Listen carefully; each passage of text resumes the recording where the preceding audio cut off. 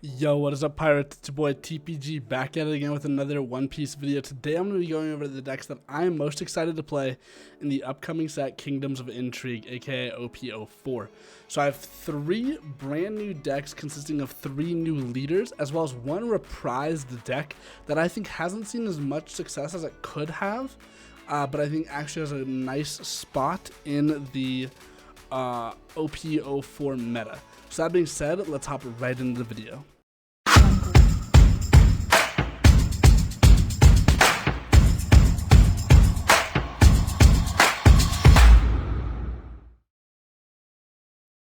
Yo, what is up, chat? We are here with the OP04 deck lists, aka Kingdom of Intrigue.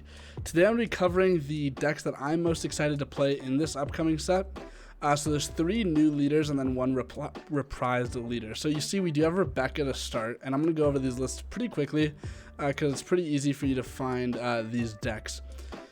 All of our videos are recorded live over on twitch.tv/truepaingaming, so go over there, drop a follow, or excuse me, twitch.tv/tpgtcg. So go over there, drop a follow, and we'll have a link to that in the description as well. But yeah, let's hop right into this deck profile. So our leader, we have Rebecca. For our only blue character in the deck, we have 4 Kaya. Kaya just is the best 2k counter for blue. 4 Gyats, 4 Leo, 4 Rebecca, 4 Ideo, 4 Bartolomeo, 4 Kyrios, 4 Orlumbus, 4 Sabo, 4 Monkey D. Luffy, gear 4th, 3 Gum Gum King Kong Gun, 4 3000 Worlds, and 3 Crocodile Coliseum. So I gave you the deck list, but I also want to tell you about the deck. I don't want to go over the card by card, but I do want to tell you about what the deck does and what it wants to do. So the whole point of this deck is Crocodile Coliseum allows your characters to attack other characters the turn they're played. So this deck wants to be able to swing at your opponent's unexhausted characters or unsuspended characters, as well as then the following turn hit your opponent for a lot of damage. They all also have effects to search or do some sort of niche ability, while also milling X amount of cards from the top of your deck. Now the reason this is good is because Monkey D. Luffy says you can put 7 cards from your trash to the bottom of your deck to allow him to stand once again, but he cannot do that he cannot restand on the next stand phase. But Monkey D. Luffy also can just attack opponents' characters always, which is very nice.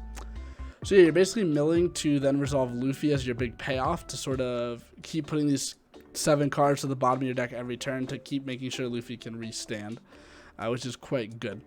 We also have Sabo, which adds a little bit of defensive pressure to the deck. And then we have, Gum Gum King Kong Gun gives power to one of your characters, as well as double attack if you have 15 or more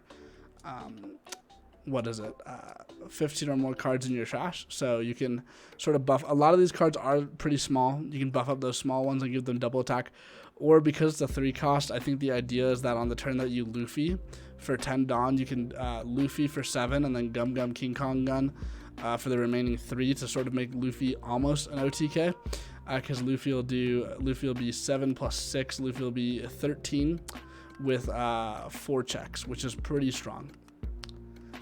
And then, like I said, Crocodile Coliseum allows your Dressrosa type characters to attack other characters the turn they are played. So almost like a pseudo rush, which is pretty good. So that's Rebecca. Now we're going to move on to the next deck. This is Doflamingo, Don Quixote Doflamingo film. So the reason we're playing Doflamingo film instead of just pure Doflamingo Pirates or Doffy family is because we have a lot. This is the first time we can play both film packages in one deck, and the film packages are actually really strong, both purple and green. But purple didn't really have a home before because the purple decks were sort of very anti film cards, like they just didn't really want them in their list. But now we can. The only Doflamingo family card we are playing in terms of characters is the Sugar.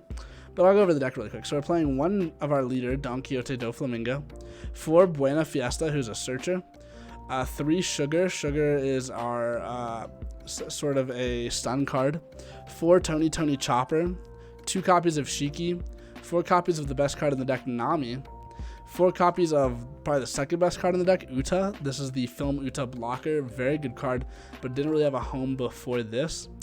3 bins. So I was testing the Film Brook in this spot, but I didn't really like it, so instead I ended up playing bins. 2 copies of Queen, 3 copies of Guild Tessero, another incredible card. When attacking, Don -2 to just draw 2. Very good. 4 Monkey D. Luffy, 7 drop blocker that allows you to play another film type card or a Straw Hat card. We are playing 2 of the 9 drop Kaido as a sort of finisher. It's 9 drop Don -5 to remove a body and then gain rush, which is okay, pretty good, decent to close the game out. And then 4 copies of our 10 drop Don Quixote Doflamingo. This is just to stun our opponent's board and make sure that our opponent really can't do much. We're playing a bunch of 2 drop event cards because Dofi allows us to reactivate 2 Don at the end of our turn, allowing us to always have 2 active on opponent's turn. We're playing 3 copies of Punk Hazard, 4 copies of Thunder Bagra, and then 4 copies of Spider Web. So yeah, this is the purple-green film deck. I think this deck is going to do very well. We saw how good Green Kid was doing, and so seeing how we can now play some of the other very strong film cards, I think this deck will definitely have a spot in the meta. Moving on, we have Queen. Queen is a very skill-intensive deck, and I wouldn't be surprised to see it get a couple tops, just based on the ceiling being very high. But I think the problem with Queen is that the floor is also very high. I think to play Queen effectively, you have to already be a very good player. It almost feels like Law in a sense. It doesn't really do the same thing as Law, but I think anybody could pick up Law. But to actually see success with Law, you have to already be a very strong player. And to be one of the best players already, you'd have to play Law at a high level. And I think Queen's very similar. So for our leader, of course, we do play Queen. And then we have 4 copies of Kaya, just the best blue 2K counter. 4 copies of the 1-drop Trafalgar Law. 4 copies of Perona to sort of stack our deck. 4 copies of Capone Gang Beige. 4 copies of Pound. Pound is some really nice removal. It's blocker, and then on KO, you get to put an opponent's character with a cost of 3 or less to their life. 4 Don Quixote Doflamingo. This is the blocker one that searches. 4 Sanji. This is the SR Sanji, blocker Sanji from Kingdoms of Intrigue. 4 Soga King. Soga King is going to allow us to not only remove a body, but also draw cards and filter our deck, as well as filling up our trash. 4 copies of Katakuri. Just life is some of the best removal in the game. So we have 4 copies of Katakuri. 2 copies of Dracula Mihawk to bot deck something. 4 copies of the new Yamato. 4 copies of 3000 Worlds, and 4 copies of Gum Gum Red Rock. Again, just more removal. So we do play a lot of high bodies, and that's because Queen's good effect to regain a life requires you to have an 8 or higher on the field in terms of cost. So, like I said, Queen has a very high skill ceiling, but we will see. I also think you could probably find room to put some of the new 10-drop Kaidos in as well. I think that has some value in the meta.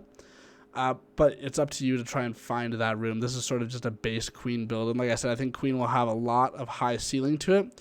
So there's going to be a lot of flex that goes on as well if we see any Queen topping lists. So those are the 3 new decks that really caught my interest in OPO4 Kingdoms of Intrigue. But I do want to quickly go over one more deck that I think actually has a super unique spot in the meta, and I've been really excited. This was my first deck when I first got into the game at the Super Pre-Release, and I'm really excited to whip these cards back out and finally start playing this leader again. I want to introduce you guys to Crocodile, aka Croco Mom. So Crocodile is going to, I think, make a resurgence. I've seen a lot of top players talking about it, and then I started testing it, and I said, wow, this could be very good. So in my tier list, I believe I put blue Don Quixote Doflamingo in tier 1, and I put Crocodile pretty low. And I probably will make a new tier list after the set comes out and the meta starts getting more defined, because I highly believe Crocodile is actually the best blue deck. I think in terms of what the deck was, in terms of what Doflamingo was doing, like, yeah, Jinbei is good, but we get some very busted cards in this deck, and Crocodile also sort of acts as a pseudo Jinbei.